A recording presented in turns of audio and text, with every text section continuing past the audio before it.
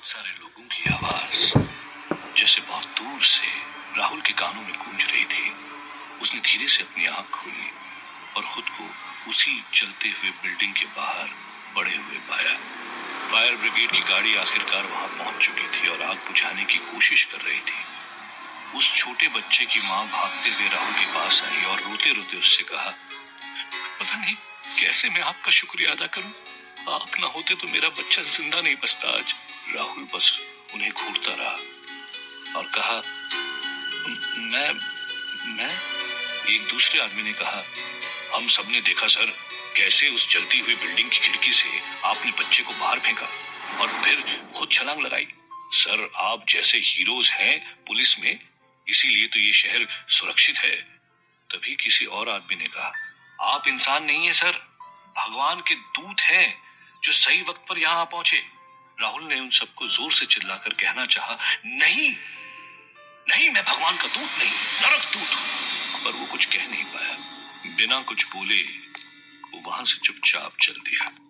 जाते हुए वो बार बार अपने जिस्म को परख रहा था, पर उसके जिस्म पे जलने का कोई निशान नहीं था। राहुल समझ गया था, नरक दूत ने उसे सिर्फ एक नमूना दिखाया था कि उसकी बात ना मानने का नतीजा क्या हो सकता है। और एक नमूना ही राहुल के लिए काफी था।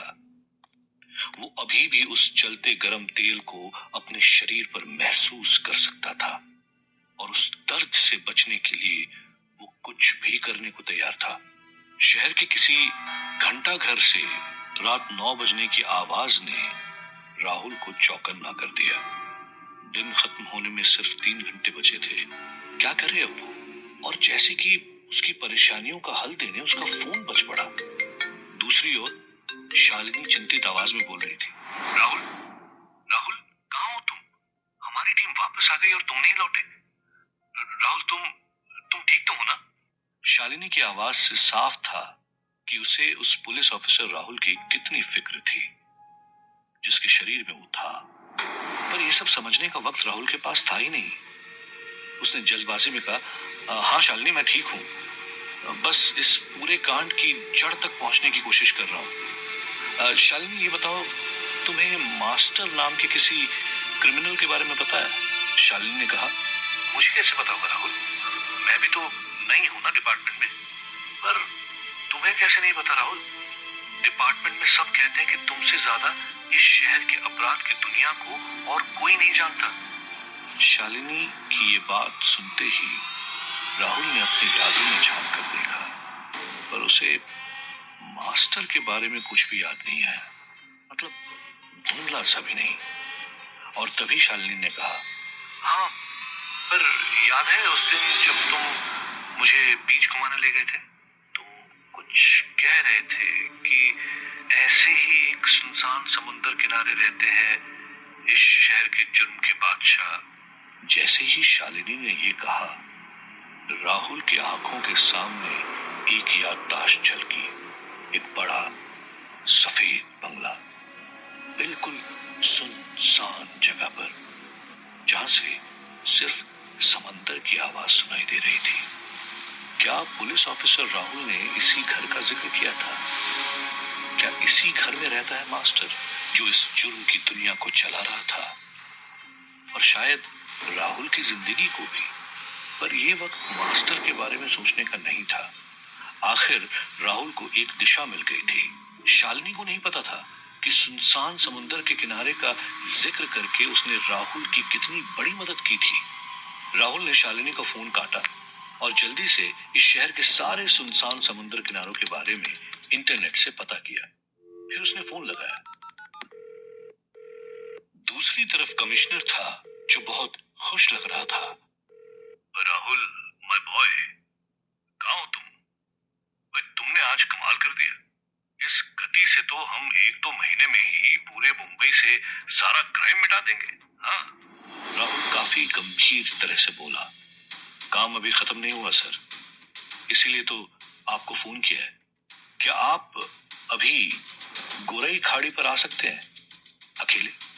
कमिश्नर ने ताज्जुब होकर पूछा, गोरई, रात के इस वक्त?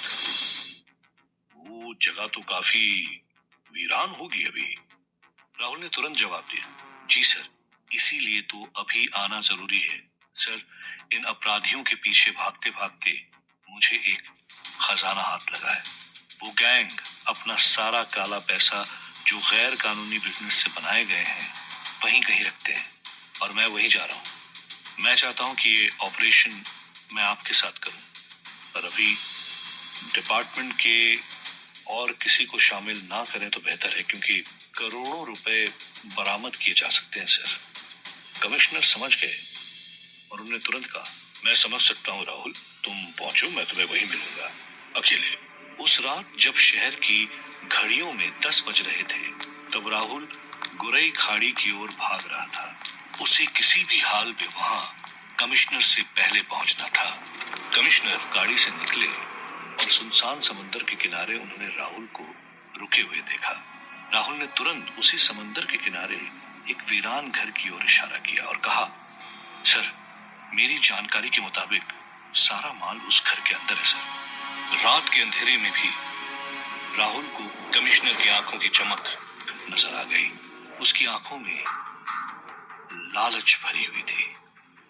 राहुल ने एक पल के लिए सोचा, क्या नरकतूत सही है? क्या ये रेड क्रॉस उन लोगों के सिर पर है जो इसी के लायक हैं? पर तब तक कमिश्नर राहुल को पीछे छोड़कर घर की ओर चल दिए। राहुल ने तुरंत अपनी बंदूक उठाई और उन पर पीछे से तान दिया। अभी नहीं तो फिर कभी नहीं।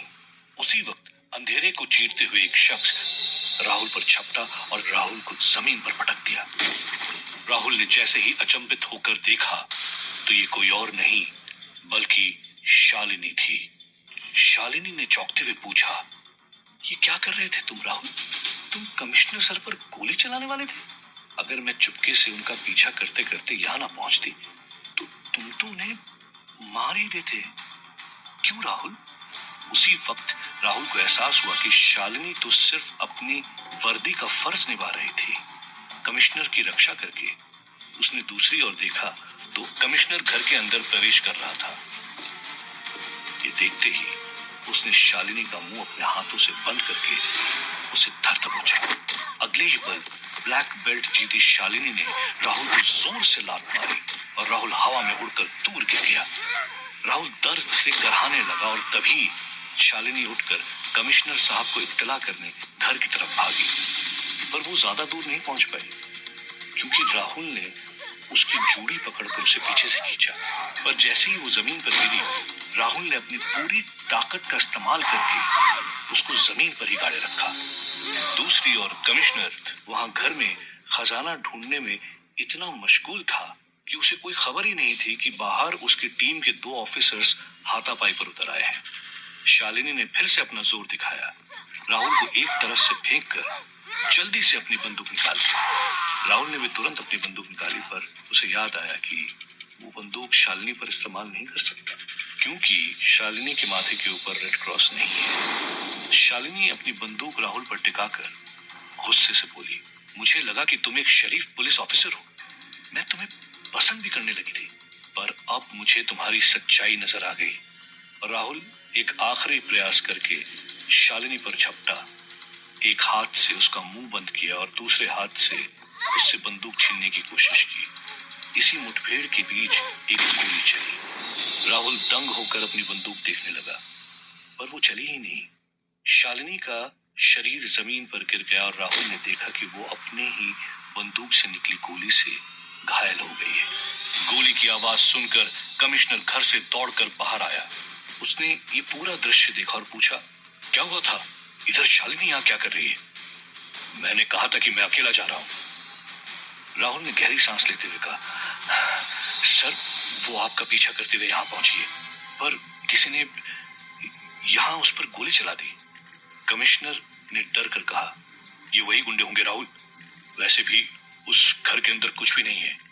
ये एक साजिश लग रही है मेरे ऊपर हमला करने की। अगले ही पल कमिश्नर दौड़कर अपनी कार में बैठ गया। अंदर से चिल्लाते हुए कहा, मैं यहाँ और नहीं रुक सकता।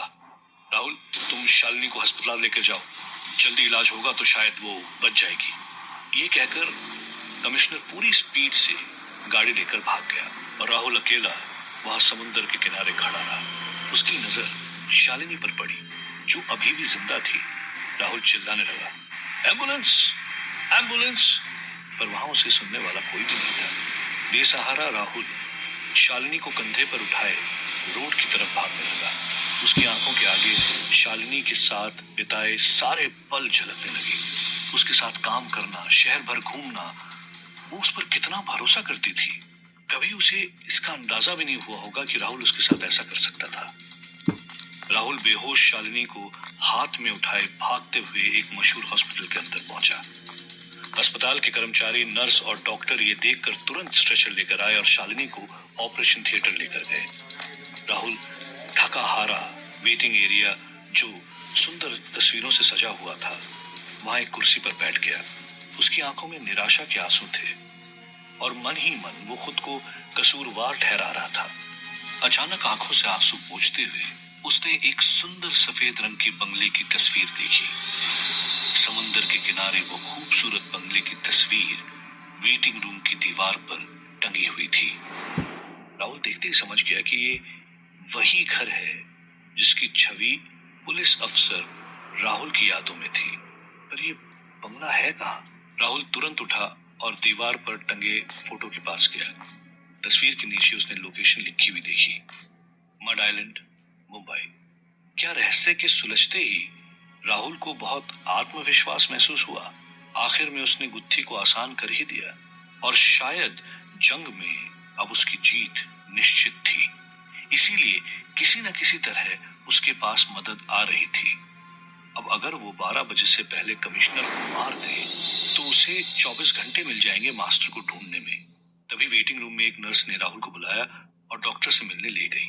राहुल डॉक्टर से मिला और उसने कहा कि शालिनी का ऑपरेशन तो ठीक हुआ है, पर अगले 48 घंटे उसके लिए गंभीर होंगे। राहुल चुपचाप अस्पताल से निकल गया और पुलिस मुख्यालय की तरफ बढ़ा। उसे एक आखिरी बार कमिश्नर को वहां से बाहर निकालना था।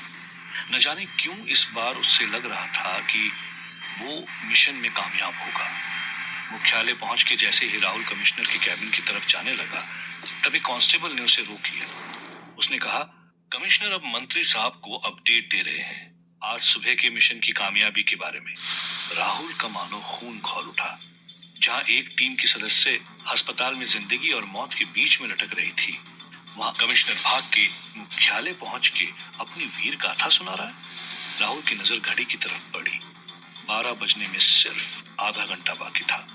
राहुल ने मन बना लिया था और कमिश्नर के केबिन की ओर चल पड़ा। कांस्टेबल को धक्का देकर उसने केबिन का दरवाजा खोल दिया। अंदर मंत्री लीला शर्मा और कमिश्नर दोनों राहुल की तरफ देख रहे थे।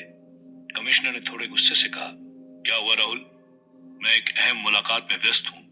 बाहर कांस्टेबल ने बताया नहीं तुम्हें? राहुल ने सलाम करते हुए कहा, दखल अंदाजी के लिए माफी चाहता हूँ, पर मुझे लगा ये खबर ज्यादा महत्वपूर्ण होगी आपके लिए। सर, आई एम सॉरी, पर शालिनी को डॉक्टर्स बचा नहीं पाए। सर, आप अस्पताल जाना चाहेंगे? कमिश्नर के कुछ कहने के पहले ही मंत्री लीला शर्मा ने कहा, मैं भी जाना चाहूंगी। सबको देखना चाहिए कि मैं किस तरह अपने साहसी पुलिस फोर्स के साथ खड़ी रहती हूँ। गाड़ी निकलवाइए कमिश्नर साहब। कमिश्नर और मिनिस्टर के साथ गाड़ी में जाते हुए राहुल मन ही मन कह रहा था, बाहर तो लेकर आ गया कमिश्नर को, पर मैं इसे खत्म कैसे करूं? कुछ तो उपाय होगा। उसकी सोच के बीच गाड़ी अस्पताल आ पहुंची। मिनिस्टर ने अपने गार्ड्स को बाहर ही रुकने को कहा और तीनों भागते हुए अस्पताल के अंदर गए। राहुल को पता था कि कुछ ही मिनटों में सबको पता चल जाएगा कि शालिनी जिंदा है। उसके पहले ही कुछ करना होगा। तभी मंत्री लीना शर्मा ने भागते हुए अपने माथे से बाल हटाई और राहुल दंग रह गया। उनके माथे पर भी वही रेड क्रॉस चमक रहा था, हॉस्पिटल की धीमी लाइट में भी। राहुल ने तभी तुरंत फैसला लिया। जैसे ही कमिश्नर भागकर अस्पताल के अंदर गए, उसने मिनिस्टर को अचानक रोका और एक अनुभव पुलिस ऑफिसर की तरह उसने कहा, मैडम, लॉबी में कई लोग होंगे, वो जगह आपके लिए सुरक्षित नहीं। मैं आपको बालकनी के रास्ते से ले जाता हूँ, सीधे आईसीयू की तरफ। राहुल मंत्री लीना शर्मा को लेकर 5वीं मंजिल की बालकनी की तरफ भागा। उसने पहली बार में ही देख लिया था, यहाँ बालकनी में कोई सीसीटीवी नहीं है। जैसे ही वो दोनों एक बालकनी में पहुंचे, राहुल ने अपने हाथ से लीना का मुंह दबा दिया और अपनी पूरी ताकत लगाकर उनको उठाकर फेंक दिया बालकनी के नीचे। लीना शर्मा की मौत बरामदे से ठीक 12 बजे गिरकर हो गई। राहुल वहीं खड़ा रहा और उसे तभी एहसास हुआ कि उसने अभी एक मंत्री की हत्या की है। कमिश्नर को पता था कि वो राहुल के साथ थी और अब तक उन्हें ये भी पता चल गया होगा कि राहुल ने शालिनी के बारे में झूठ कहा था। पर अगर राहुल को पकड़ा जाना ही था तो उससे पहले सिर्फ एक काम करना था, अपने पिता से जवाब चाहिए था। वो हॉस्पिटल से भागा, कोई उसे पकड़ पाए उससे पहले अंधेरी खाली गलियों से भागते हुए वो अपने घर पहुंचा। राहुल को पता था कि ये पुलिस की वर्दी का इस्तेमाल करके उसे अपने सवालों का जवाब मिलने में मदद मिलेगी। राहुल के पिता इतनी रात को एक पुलिस अधिकारी को अपने घर में देखकर बहुत चिढ़ गए थे। उन्होंने उस ऑफिसर के आने की वजह पूछी तो राहुल ने बताया, मैं एक गुमशुदा की शिकायत की तहकीकात के सिलसिले में आया हूँ। आपके बेटे राहुल के दोस्तों ने बताया कि वो कुछ दिनों से लापता है। राहुल के पिता ने कहा, क्या बकवास है ये? मेरा बेटा बिल्कुल ठीक है और अपने कमरे में सो रहा है। राहुल अपने पिता को झूठ बोलता देखकर हैरान रह गया। उसने कहा, बुलाएं फिर, मुझे मिलना है उससे। पिता ने विरोध करने की कोशिश की पर राहुल डटा रहा। उसे पता था कि उसके पिता अपने बेटे को नहीं बुला पाएंगे क्योंकि वो 2 दिन पहले एक दुर्घटना में मारा जा चुका है। बस कुछ ही पल में उसके पिता का झूठ पकड़ा जाएगा और फिर राहुल उन्हें सब सच बताने पर मजबूर कर देगा। तभी राहुल के बेडरूम का दरवाजा खुला और धीरे से एक शख्स बाहर आया। राहुल के पिता ने कहा, उठा दिया ना बेचारे को, अब देख लीजिए आंख भर के, हमारा बेटा हमारे ही पास है। और राहुल ये देखकर हैरान था, जिस शरीर में उसने अपनी जिंदगी के 23 साल बिताए थे, वही शरीर, वही शख्स उसके सामने खड़ा है, जिंदा। हाँ, उसके सर पर कुछ हल्के चोट के निशान थे पर उसका शरीर बिल्कुल ठीक था।